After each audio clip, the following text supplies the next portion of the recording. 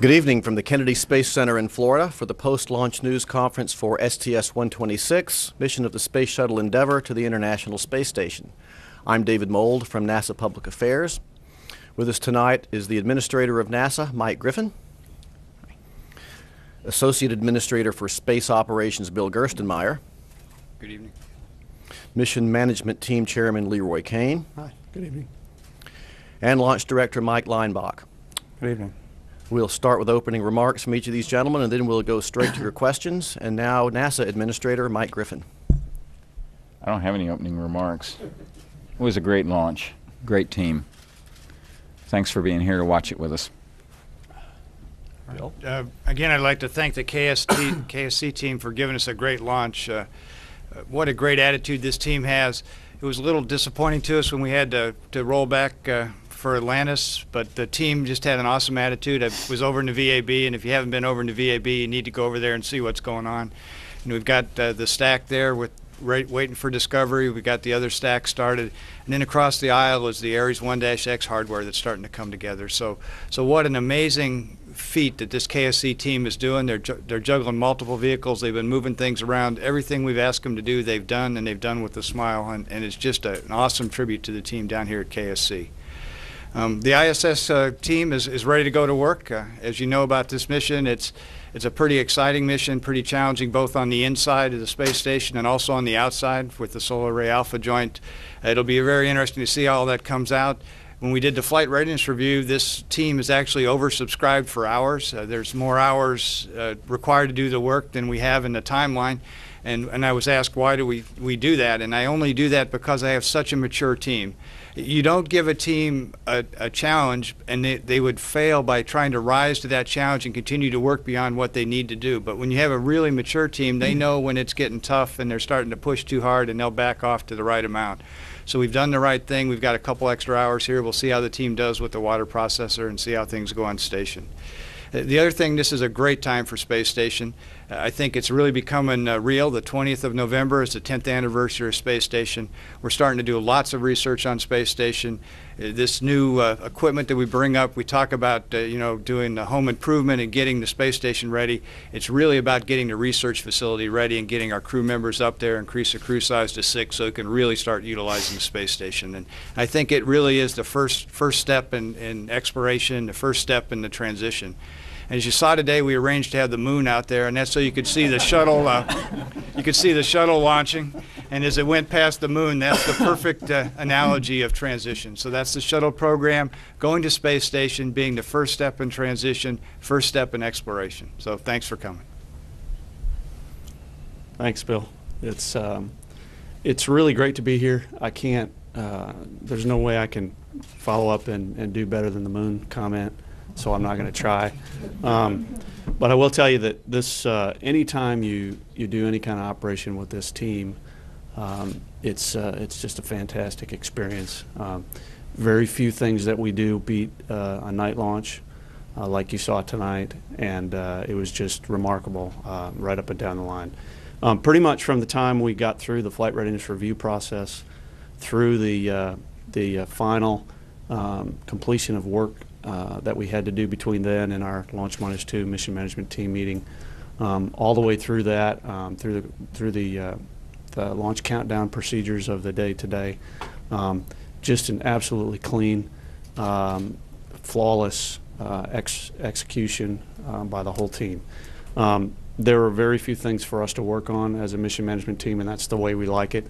We had one very minor procedure waiver. We had one relatively minor launch commit criteria deviation, pretty standard kinds of things for us to disposition. We really didn't have a lot to do today as a mission management team. So my hat's just off to the entire team. We're off to a great start on what's going to be an extremely exciting, very complex and challenging mission for us. So this is just the beginning for us, and we're really looking forward to a great mission. So thanks for being here. I'll turn it over to Mike. Okay. Well, thanks, Leroy. I had hoped to come over and talk to you all about having absolutely no problems during this launch countdown, and indeed that was true until about 15 minutes out from launch. But the countdown itself really was very, very clean. The weather came in for us, and the only issue we really worked, of course, was the white room door issue at the very end. And we did a really good on-net discussion about that, convinced ourselves that we were safe to fly and that wouldn't cause any potential damage to the orbiter if we had to re-extend that arm. And we watched it on OTV during the retract sequence, and it performed exactly as we expected. And so we came to the right conclusion and pressed through the hold at the potential hold at T-minus 5 minutes and counted on down. So hats off to the team, the guys who saw that issue on camera and brought it to our attention. Hats off to the quality inspector who came up to me after launch and said, "Mike, I'm the guy who left that pin out." And so, you know, it's a testament to the team that when we do know that we made a mistake, we own up to it and we'll go out and we'll fix that next time, and I guarantee we'll never see that issue again. So, again, we convinced ourselves we were safe to fly, and that's exactly what happened. So it was a great count, and I'm very, very proud of this launch team. Thanks. Okay, let's go to questions now. Please wait for the microphone, identify yourself and your affiliation, please. We'll start with Irene. Irene Klotz with Reuters. Congratulations. Mike, was it close at all, the discussion? It seemed just when you're going around the net, it seemed a little uncertain for a time there that you'd be able to go ahead. At the very beginning of the discussion, it was uncertain, sure, because we didn't know exactly what we had. We had the closeout crew chief come on the net with us. He went over to the operations support building and looked at the issue on a camera. And he was convinced that the configuration would support a launch. And I know Travis Thompson's our chief for the closeout crew team, and he does a great job. And when Travis says it's good to go, then you can virtually take that to the bank. We did ask our arm operators their opinion of it. We asked safety their opinion of it. And we all came to the same conclusion that if that panel had swung out, it would have been stopped by that extra piece of handrail, essentially, that's there on that particular purpose. It's there for a reason, to stop that panel from swinging too far out. So it was never an issue. We just needed to understand it fully before we gave the go to press on. And are you expecting to see any damage when you're able to get out to the pad? You know, we see damage every time after a launch, and the orbiter access arm received some damage. It did vibrate around as we expected when the SSMEs and the SRBs passed by. But as we expected, when we started up the main engines, the thing we were trying to protect for on the pad was the on-pad abort. That's the most critical thing we do here at the Kennedy Space Center. And the vibration level during just the SSME start is very, very low in that white room. And if the SSMEs had shut down, we would have been able to re-extend the arm and the crew could have gotten out perfectly safe. So again, it took us a minute or two to work ourselves through that issue, but there was never a doubt in my mind we did the right thing. It was absolutely the right thing to press on tonight. Bill. Hi, Bill Horowitz, CBS. Two quick ones for me. Leroy, with an on-time launch, and assuming there are no systems issues, I assume you will give an extra day as a mission management team, or you would think so at this point anyway. And for Bill Gerstenmaier, is there any update on the status of test and checkout of the Hubble backup computer system that they're working on at Goddard, and where you stand in terms of maybe being able to make May? Thanks. Well, let's see, Bill, for the mission extension question, we are in very good shape from a consumable standpoint with the on-time launch. So I fully anticipate that we'll have the capability to extend the +1 day. Our going-in plan has been that we would do so if all of the things were equal once we got there. So I anticipate we will be able to, and that we will make a decision to extend. However, we won't do that officially until we're several days into the mission and get past the EVAs, and at that time we'll make a decision about extending 1 day. But I anticipate we will be able to, and that we will still want to, and that we will. In terms of the Hubble equipment, they're off checking it out now at Goddard. They told me that they would have a pretty thorough investigation completed by December, and they know exactly where the box stands. But their initial check out of the box shows that it's a better box than the one that's currently on the Hubble telescope now. So if worst case occurs and they can't actually repair the box or get it in any better shape than it is right now, it looks like it would be a viable box that we would go fly to repair the Hubble that would give us an ability to do that. So what that tells me is we have a pretty high chance of making May. We'll do no harm to the box we've got. The Hubble team will assess that, verify what I just told you, and make sure that it's really right. We'll get a confirmation of that in December. If they can improve it, make it a perfect box, fix it, then we'll have it ready for May. If they can't and they determine that the schedule doesn't fit, they'll make a decision about whether that's really better than the box that got on orbit, and we're more than likely would fly that box the way it is right now in May. So I think there's a pretty good probability we'll be looking at having the Hubble equipment ready to go fly in the May timeframe. Okay, let's keep going on down the wall to Todd.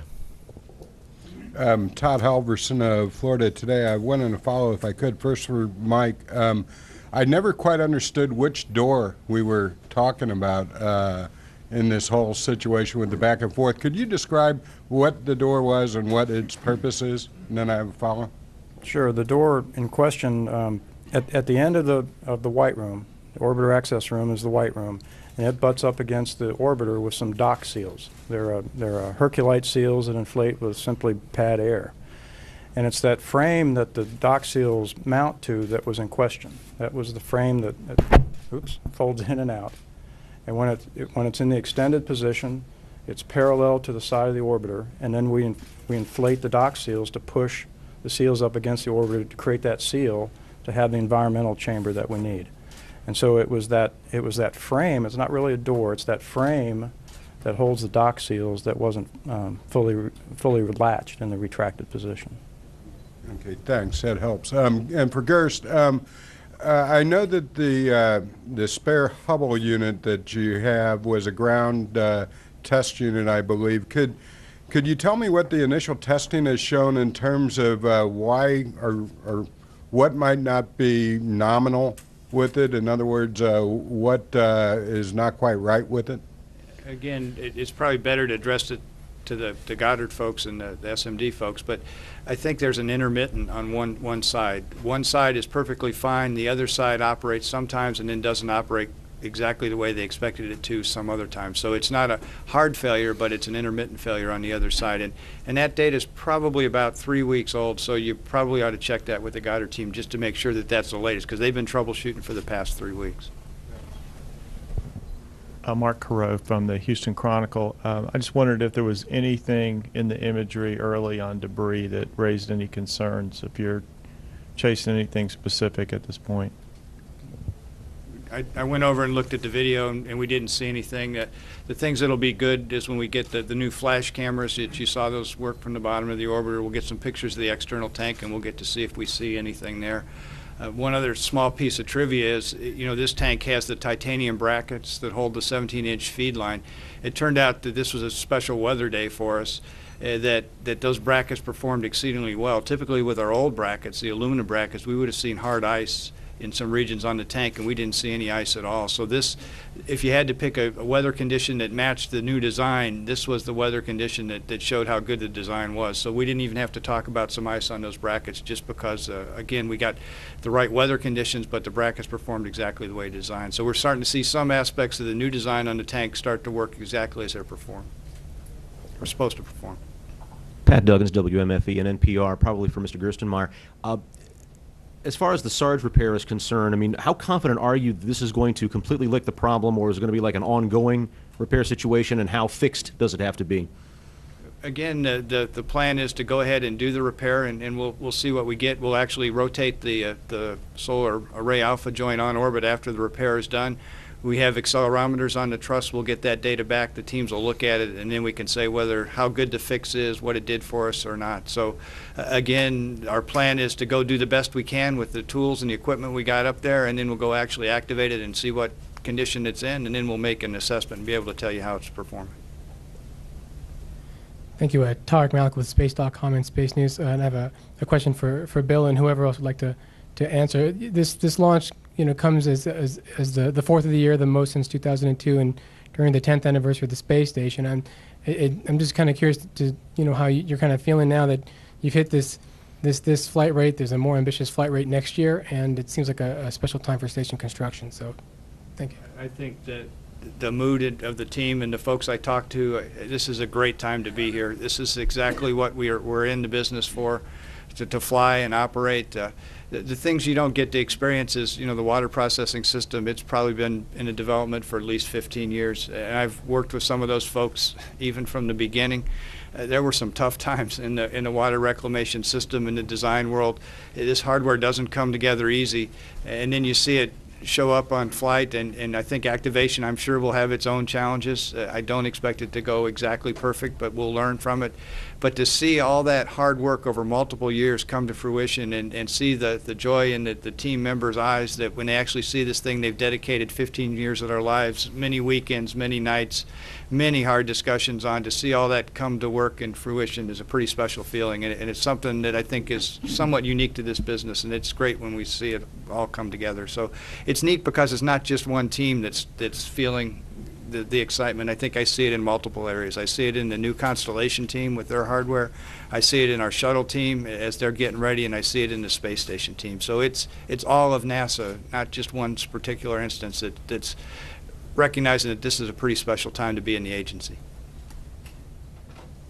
Okay, Mike. Mike Schneider, Associated Press. A question for Mr. Leinbach. One more question about the wide room door. Is this going to require any review of procedures with the closeout team, or any disciplinary action in any way? Review of the procedures, probably, although this is the first time this has ever happened, and so I'm sure the procedure is well written. Again, the individual came up to me after launch and said, Mike, I'm the guy that was responsible for that mistake, and so disciplinary action, absolutely not. What did he do that was wrong? He did not do.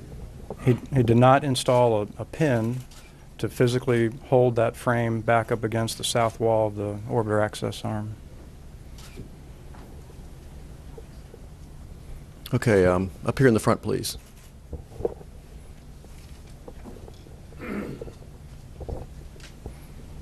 Randy Siegel, WSTU Radio, for Mike Leinbach. Mike, the Fondue fire, from your first look, did it hold up? Everything seemed to be the way it's supposed to be. Well, that's a good question. Did anybody else look at the flame? I didn't see anything. I apologize. Flame trench was not first on my list of concerns, to be honest with you. We'll review the data from the video as best we can, but of course the lighting conditions were not as good as they would be for a daytime launch. But we have a lot of good lighting out at the launch pad, so we'll take a look after the fact and do our normal, very thorough and rigorous review of all the video and the stills. Okay, Craig. Thank you.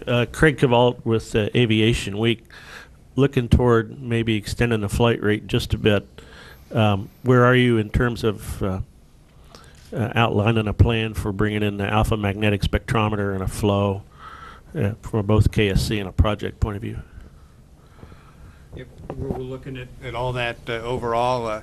We've kind of identified that next February we got to start doing some manifesting stuff if we want to go fly the alpha magnetic spectrometer. So we'll start thinking about and start planning and start some of those more detailed mission planning activities in February and see how all that comes together. But we're still in the process of looking at options. We've protected the option all along, and we'll kind of continue the same philosophy. We'll protect the option to fly AMS if we get the funding, and we've got the authorization that says we're supposed to go do it. So we'll figure out the right thing to go do, and we'll get some decision made next year, and then move forward. Jay. For Dr. Griffin, I understand that we have a study group out looking for possibly extending the shuttle. I know that President-elect Barack Obama has talked about possibly 2 more shuttle missions. And I was speaking to Jeff Hanley yesterday, and Jeff said that he feels comfortable that they can make a July 2014 launch with Orion if they have what they need, i.e. the mobile launch platform, et cetera. Where are we on the studies on that now? Is there any more you can tell us where we are, or what? Well, maybe just a little, Jay. We have. I asked for 2 studies, given some of the comments that were made during the presidential campaigns about trying to do what we could to minimize the gap and reduce the period where we would not be able to put our own astronauts into orbit. We can approach that from 2 angles. And the first of those, obviously, is to extend the shuttle a little bit.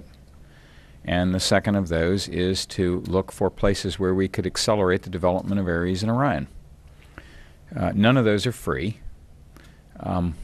but what our job is to have the facts available such that if the new president or the new Congress desire to change the existing policy, that NASA knows what it takes to do that. So the data's not in yet, and I do not want to prejudice the conclusions that the team will come to. I think they will surface the most expeditious means by which the shuttle might be extended for a time, and similarly the most efficacious ways by which Orion and Ares might be brought in. Now, with regard to the latter, yeah, I've talked to Jeff and to Doug Cook and Rick Gilbrick as well, and I think we could pull Orion in a little bit and Ares in a little bit with some additional funding. One of the first things we would likely do is we'd insert what we might call an Ares 1X prime flight into the sequence, and we'd use that for a high altitude abort and the first test of the 5-segment booster. That'd be one thing we could do. If we could get the high altitude abort out of the way early, get the 5-segment test out of the way early, then the first flight of the actual Ares 1, when an engine became available for it, we might be able to take an uncrewed vehicle all the way to orbit. So we could really make some ground up with that kind of a flow. And there's other stuff we do. Again, I don't want to get too far out on a limb. I don't want to get ahead of the teams that I've asked to do the work, but I also do want to convey to you all a feeling that we are ready to tackle head on the task of narrowing the gap between shuttle retirement and Ares and Orion deployment if the newly elected nation's policymakers want us to do that. Bill. Yeah, Mike, one more from me on six-person. Mike Leinbach. No, Mike, you Mike. Okay. I mean, as long as you're here and all, right? So, thanks, Bill. Going to 6-person crew, obviously, is what this mission lays the foundation for. And I guess next May 25th is when the Soyuz would launch with that 3-person crew that would boost it to 6. Right. I know nobody's got a crystal ball, but when you look at shuttle retirement in 2010, assuming that happens, and the resupply demands for a 6-person crew, I mean, they're pretty extreme. And given the economic turmoil in the world, do you have any concerns that the Russians, I know you said the other day when they say they're going to do something, they do it, but do you have any concern that the Russians can actually supply 6 people for several years, given what else is going on in the world? Well, they're ramping up Soyuz production. They certainly have had notice of this. This is something we've had in the planning for years. I have talked to them personally, and I know that they are, I would say, appropriately concerned about stepping up their flight rate, but they're pretty good at what they do, and they're paying attention to it. So I guess what I say is we rely on the fact that they have, in fact, always been able to do what they said they would do, and that we go down the road we've planned. And, you know, Mother Nature will tell us if we're not quite able to do it, and we'll go to Plan B. But right now, I say we move down the path, take our plans forward the way we've been going, and let's make it work. And you remember, cargo comes from a commercial crew cargo contract, which we're going to try to award either at the end of this year or January. So the cargo piece is going to come from the U.S. commercial sector, and that's a key piece to what you described. The crew transportation is what Mike talked about, but there's also the cargo side, which we're counting on the commercial sector to help provide for us. Absolutely. And then we also have ATV and HTV from our Japanese and European partners. So I don't want to sound like we think everything's a slam dunk. It's not. It's a tough business. I say that all the time. But it's a tough business that we're doing pretty well at right now, and we're gonna keep pushing. Todd. Todd Halverson of Florida Today for Mike Griffin. I was wondering if you could elaborate on how much you could draw in or accelerate the Ares Orion development if you added on an Ares 1X Prime mission. Well, that's just one tool available to us, and we'll have others, and when that study work is done, we'll share it with you. We're not keeping secrets, which is not done. But In talking to Jeff Hanley, talking via BlackBerry just today, where we kind of think we are is that with if the President-elect and the new Congress chose to try to pull in the schedule on the new systems development, that we could maybe fly in very early 2014. That's where we think we are right now. Again, I don't want to get out ahead of the team, you know, and as we keep digging on stuff, in 15 minutes we could find something that invalidates that. But that's kind of where we are right now, and we're working to prove all that and to produce the price tag for it. We got a great team here at NASA, and they're working hard on just those questions. I guess the Mike Leinbach or me that dodge didn't work, huh? I got to think of something new. Worked for me. Well, that's you. Greg Dobbs with HDNet Television. Two-part question about water regeneration. Part one is it fair to say that if it doesn't work, as you hope it'll work, that you cannot ramp up from 3 to 6 on station? And part two is to ask, what is your confidence level that once you get to 0 G with that system, it will work, even though you've tested it 100 times on the ground? I guess what we did, if you think about it, is we put this mission well in advance of when we're going to increase the crew size in May. So this gives us essentially kind of a proven process where we're going to actually spend 90 days of looking at water samples. We're going to try to get some water samples actually on this current shuttle flight. That's one of the reasons we might extend, to make sure we get the proper water samples down. And it's not only the system, but the plumbing on board station. You know, we have to actually run the water through the plumbing and grab a sample out of that plumbing to make sure any of the material, the metals, didn't leach out into the water that could cause a concern for the crew. So, you know, all this equipment goes up has got to be thoroughly checked out. So this is a commissioning period over the next several months to make sure it's ready. And then we tried to put a shuttle flight in between when this occurs and when the crew size increases. So if something doesn't work exactly right, we can fly spares up. The ECLS team probably flew almost all the spares they could find on the ground to repair the system up with this flight. So we added the extra MPLM space. If you remember, we put a lot of extra spares in there. So they are fully ready to activate and take time to get it done. So I'm pretty confident overall we'll get it up and running. It may take a couple months, but we have time on space station, and we've got the time in the schedule. It was planned that way, and we'll get it up and operating. So I think we'll be there. If it doesn't come up and operate, we've got some contingency cases. We can use water from the shuttle. Our water inventory happens to be very high on station now. It may not impact the ability to increase the crew size to 6. It depends what the particular failure is, when we would get it back. So again, I think we have a pretty sound plan to logically increase the crew size, but it again shows how much preparation has to go into this work. We don't just come up with the system and then increase the crew size. It takes this 6-month period to really get things checked out and ready to go before the crew can actually start using it. Okay, for all your follow-up questions, Mike Griffin has a follow-up answer now for your question, Todd.